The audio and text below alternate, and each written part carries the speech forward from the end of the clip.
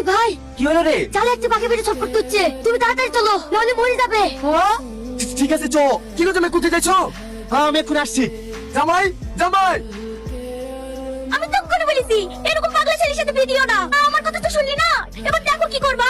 এখানে দেখে দেখে কি আছে? দেখো বাপকে এরকম পাখি ভক্ত পাগলা ছেলে সাথে বিয়ে তো দিবই না। বিয়েতে যে খরচ হয়েছে তা ডবল উসু করবো। এটা ছেলে কেন পেয়েছে নাকি যে একটা পাখি লেগে বিরাশ থেকে উঠে চলে যাবে? আজকাল পাখি খাসাই ভাঙবো। তুমি একটু শান্ত হও। তোমার করে একটু শান্ত হও।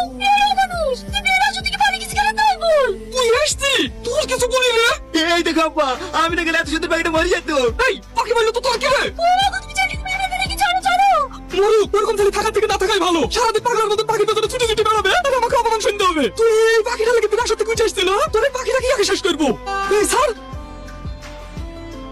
কি গলালি ভাবি, আজ হঠাৎ এই পাড়ায় কোথায় যাচ্ছো? তোমাদের পাড়া টনি বলে একটা আজগুবি পাখি ধরে এসছে, ওইটাই দেখতে আসলো। ও যাও কি দেখো দেখতে বাবা, কি বিদেশ থেকে এসে বড় বড় বৈজ্ঞানিকরা যেভাবে দাম দর করছে, ও পাখি মনে হয় এতক্ষণে বিক্রি হয়ে গেল। তাড়াতাড়ি চ, নাহলে পাখিটা দেখতেই পাবো না। হ্যাঁ চ ভাই, তাহলে আসছি।